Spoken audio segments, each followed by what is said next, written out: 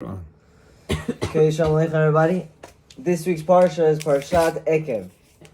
It's continuing with Moshe Rabbeinu. He's speaking to the Jewish people, and one of the things he mentions to them is he reminds them of the Egel, the sin of the golden calf that they did in the desert. And we all know this was one of the biggest sins in history. And Moshe says, you guys right away, you abandoned Hashem gave you the Torah, and you guys decided to build an idol.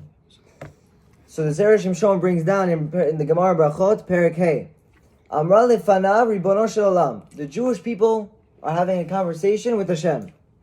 I don't think it's exactly the Jewish people, but maybe their angel. So it said that the Jewish nation told Hashem, they said, Ribono shel olam, we did a sin, right? Sin of the golden calf. We want to get forgiven for it. But we know there's a thing in Shemayim, Hashem never forgets anything you do. Every single action is recorded. So they say, because there's no shichecha, there's no forgetfulness in front of the kiseh kevodecha, in front of your throne of glory, which means you, Hashem, Shema lo tishkach li maaseh egel. Maybe you're never going to forget the incident of the golden calf. You're always going to remember it to this day, and you're going to hold us accountable for it. But the pasuk says, Hashem responds, Gam ele tishkachna. He says, even these are going to be forgotten. Meaning, even the bad sins of the golden calf, I'm going to forgive you. So, Amar lefanav, hoil v'yeshicha l'fnei chisev chodecha. He says, okay, if you're going to forget about the sin of the golden calf, maybe you're going to forget about the whole entire thing that we even accepted the Torah.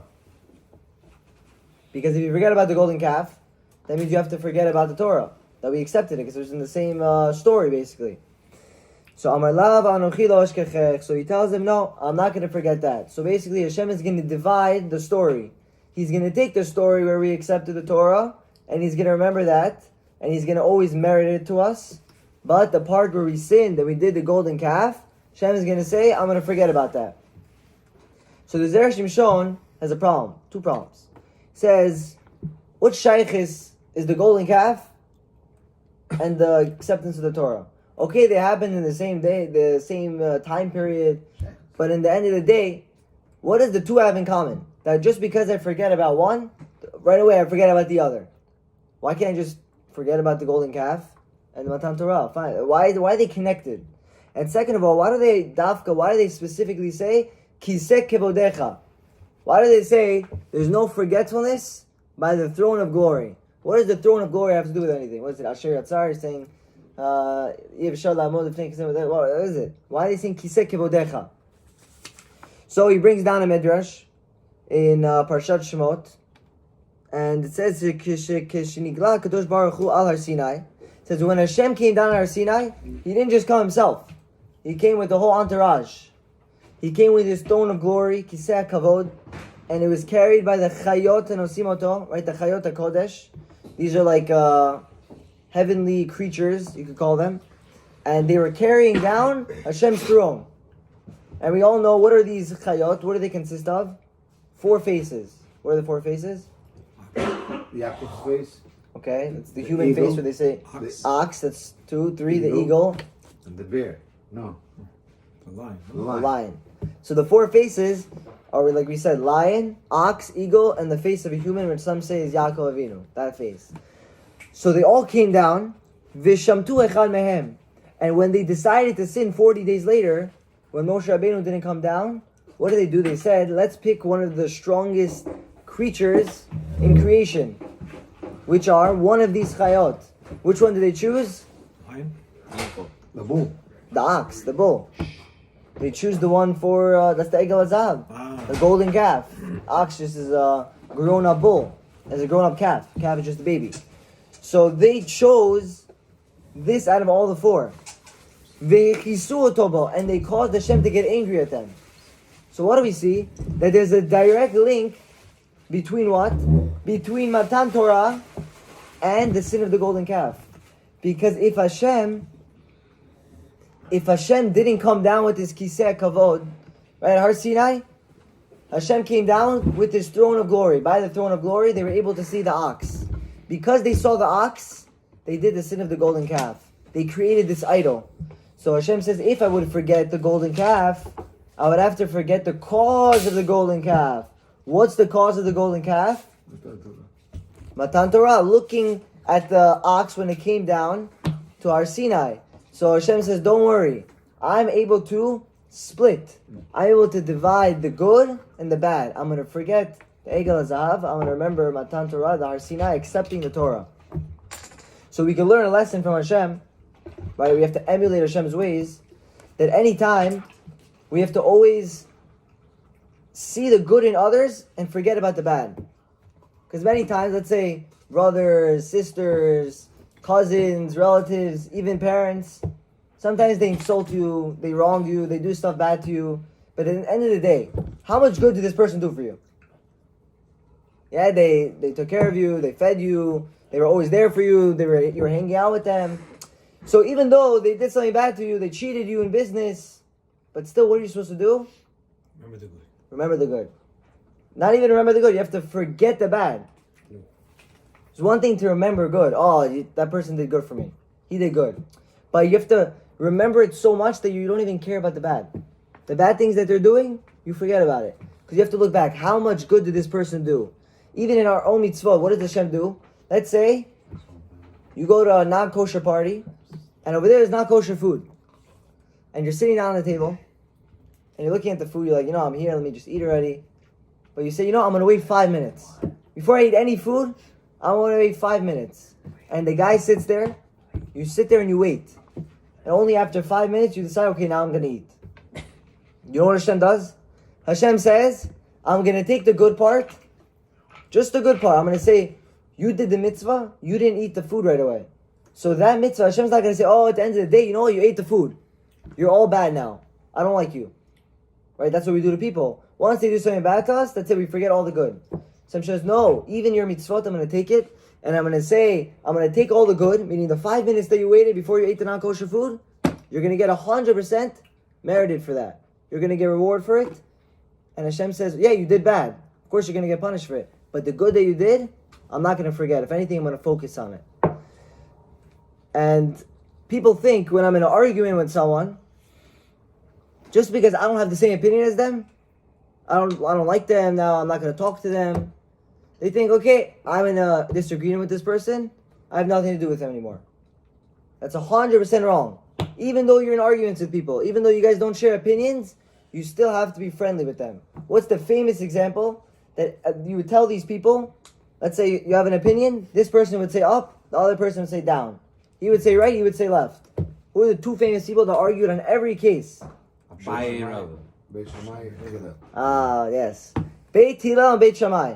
They were the two people, two groups of people, they were groups. They were the two groups of people that anything in halacha, basically everything, they always had different opinions.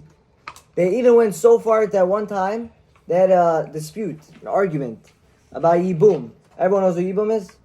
It's when, let's say a guy gets married, and this person dies, chas v'shalom, without any kids. So there's a mitzvah for the oldest brother, and of course the other brother, just the oldest brother gets precedence, to be meyabem, to get married to his dead brother's wife. So in certain cases, according to Beit Hillel, he says, no, this case, I'm not going to go into details, whatever, it's a whole case in the Gemara, but he says, this case, you don't have to do yibum. He says, it's fine, you can go without yibum, and she's allowed to get married, she doesn't have to do chalitza.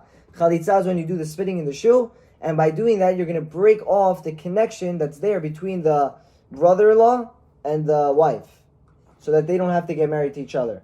So according to Beit Hillel, you don't have to do chalitza. She's free to just go get married. According to Beit Shammai, must do yibum. And if you don't do yibum and she gets married to someone else, what are the kids called? And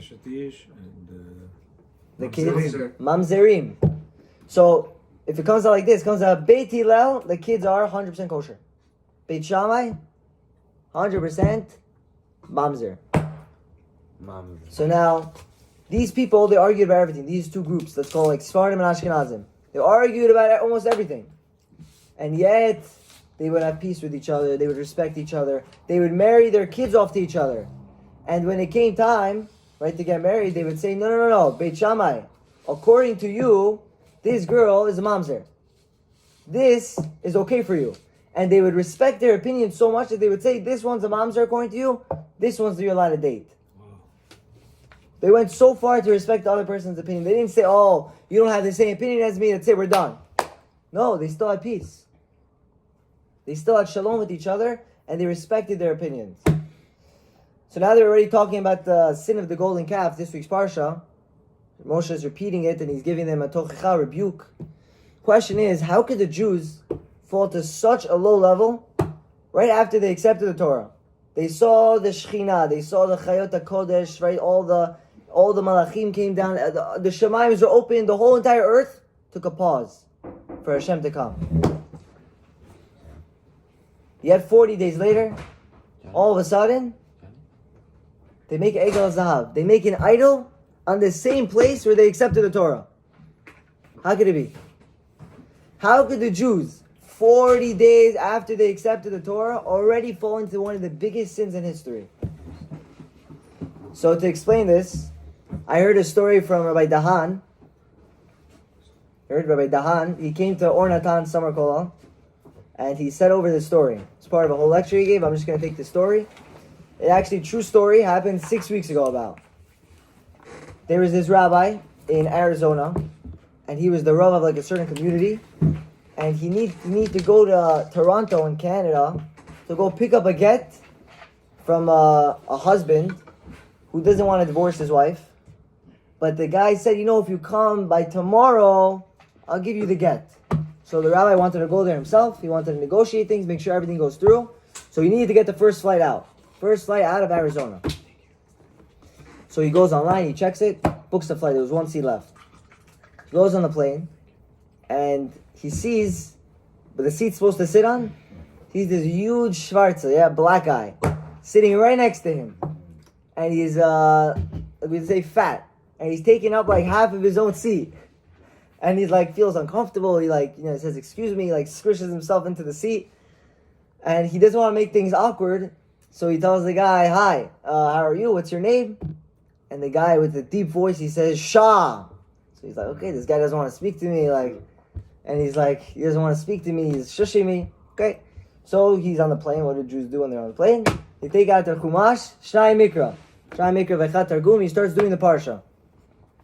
That week's parsha was Parashat Chukat. So do the math, how many weeks ago that was?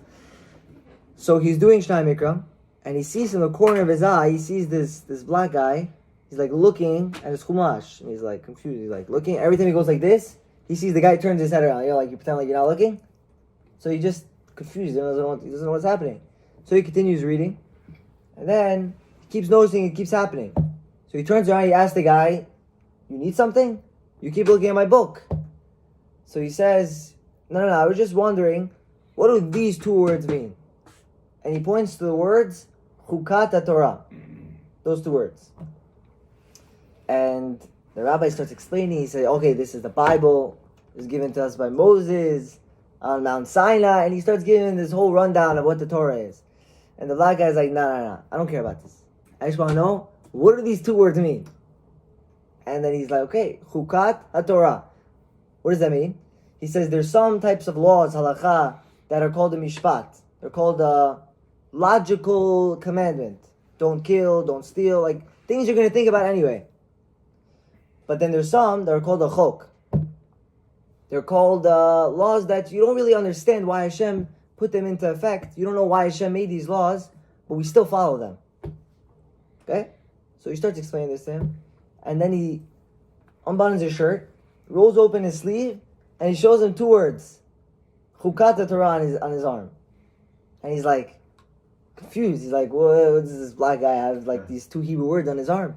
And he tells the guy, he says, I had these two words on I didn't even know they were words. I thought they were symbols or something. He says, my whole life, I had them on my hand. I didn't even know what they meant. My father told me, I asked my father when I was a kid, he said he put it on me when I was 1 year old. I don't really remember. He told me he went on a business trip to China. And over there, it was a good luck charm. They made up this thing. They said apparently that it gives you prosperity, good wealth. And that's what he told me.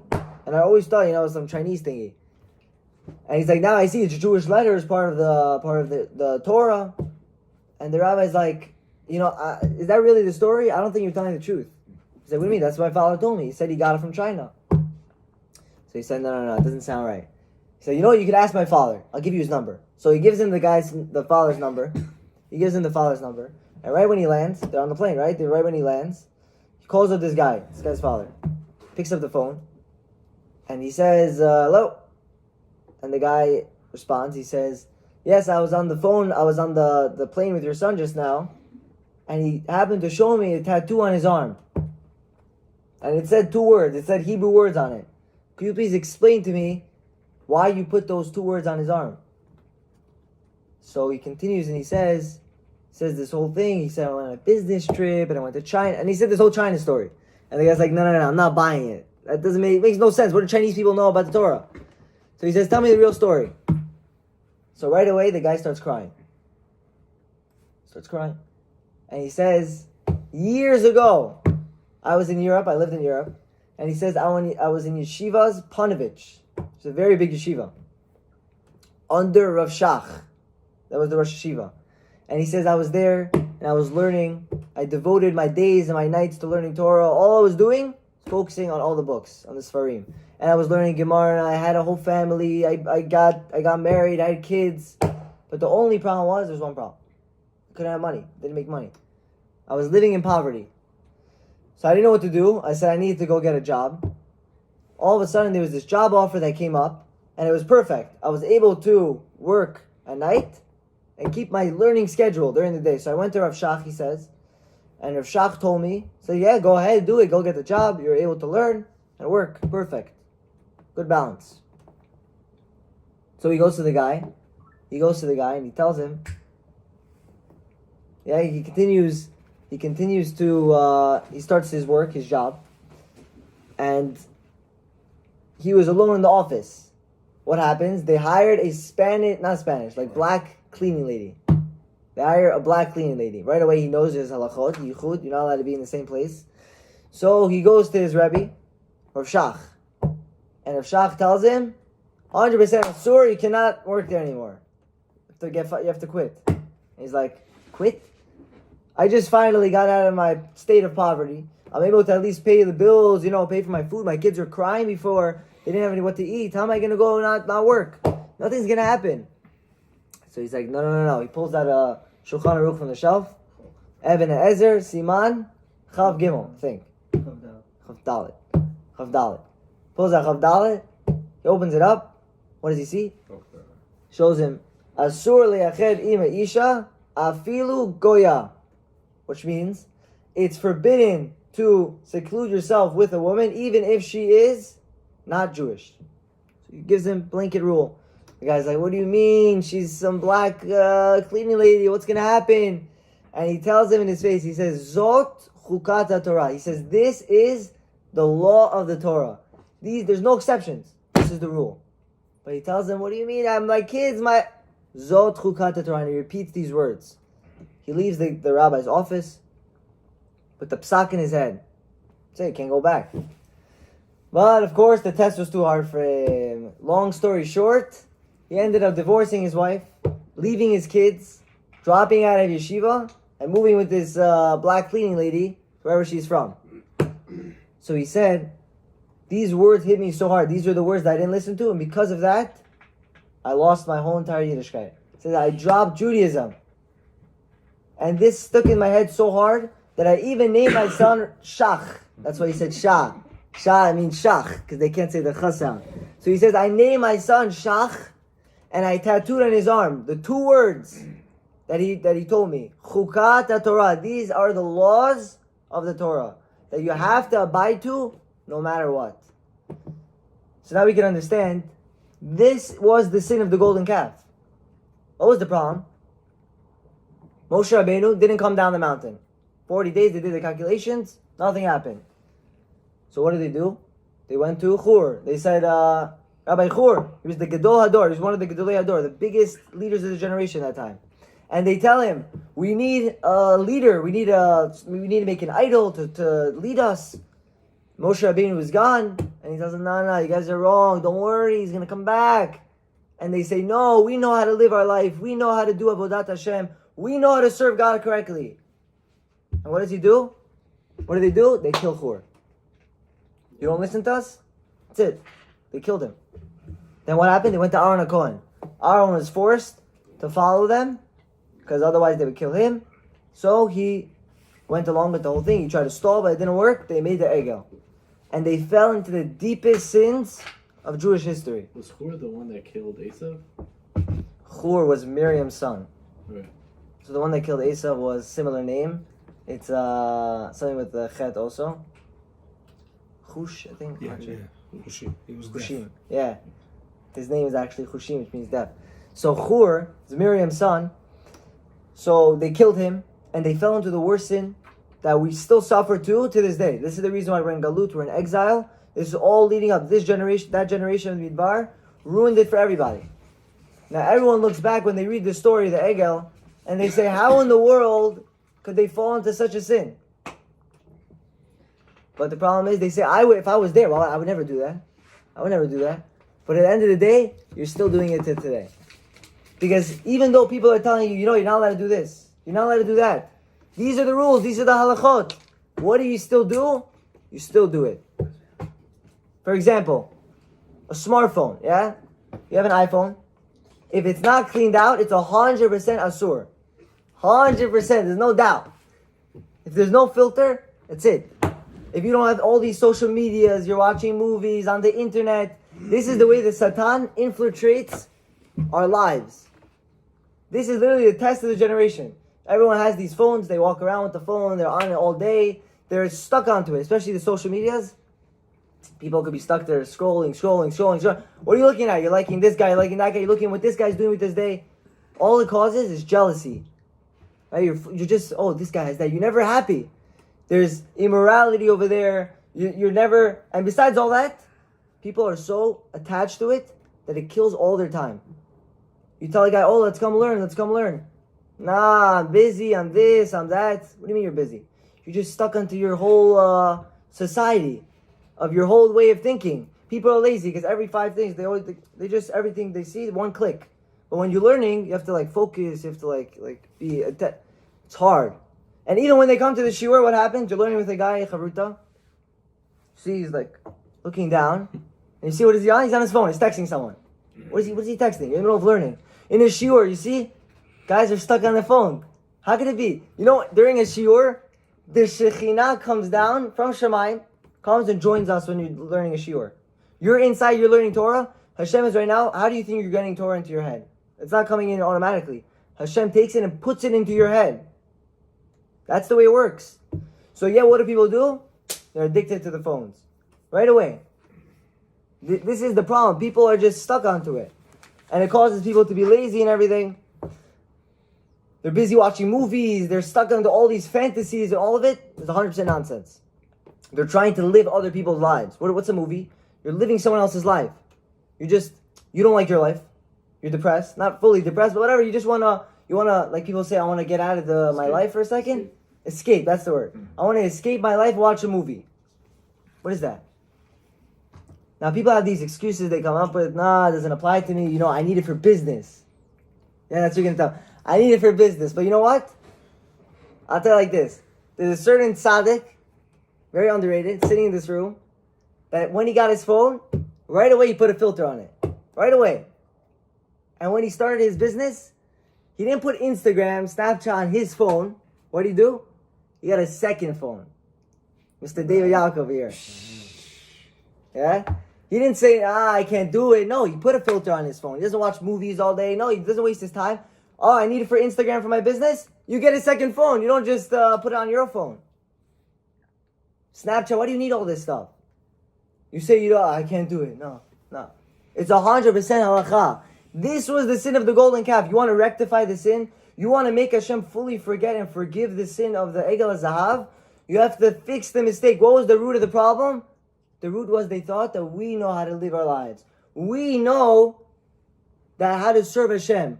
Back then they were also religious Jews, like all of us. Yeah, religious, they served Hashem. But what did they think? No. Moshe Rabbeinu is not coming down. We have to build ourselves a leader.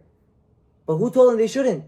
Hur, the Gedol Hador, the rabbis of the generation. They said, you have to do this, you have to do that. They don't build the Egel. But they didn't listen. They still did it. And because of this, we're suffering for the sin to this day. Not only the sin of the smartphones, there's many other stuff. Like we said last time.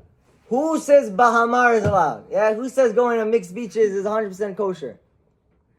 Just because you go there, oh, they have kosher food now, they have, Chabad, Minyani, like we said, Daf Yomi last time, doesn't make a difference. It's still 100% Asr Gomer, not a Shaila. Mixed weddings. Hashem gives you money. He gives you the ability to get married. He gives you kids. And what do? On the one day, it's actually called marriage in Hebrew, it's called Kiddushin. What's the root of Kiddushin? Kadosh. The root word? Kedusha, Kadosh. What does that mean? Holiness. And what are you doing? On the party of holiness, the Kiddushin party, you're taking it and you're transforming it into a club. Making a mixed party, and you're spitting in Hashem's face. You say, you give me all these brachot, and what do? Shove it back at Hashem. So because of these sins, we don't understand that we have to listen to what Da'at Torah says. Whatever the rabbis are telling us, whatever the Torah, the Halacha, Shulchan Aruch is telling us, we have to abide by them. Zot chukat the Torah. There are no exceptions. Baruch Adonai L'olam. Amen.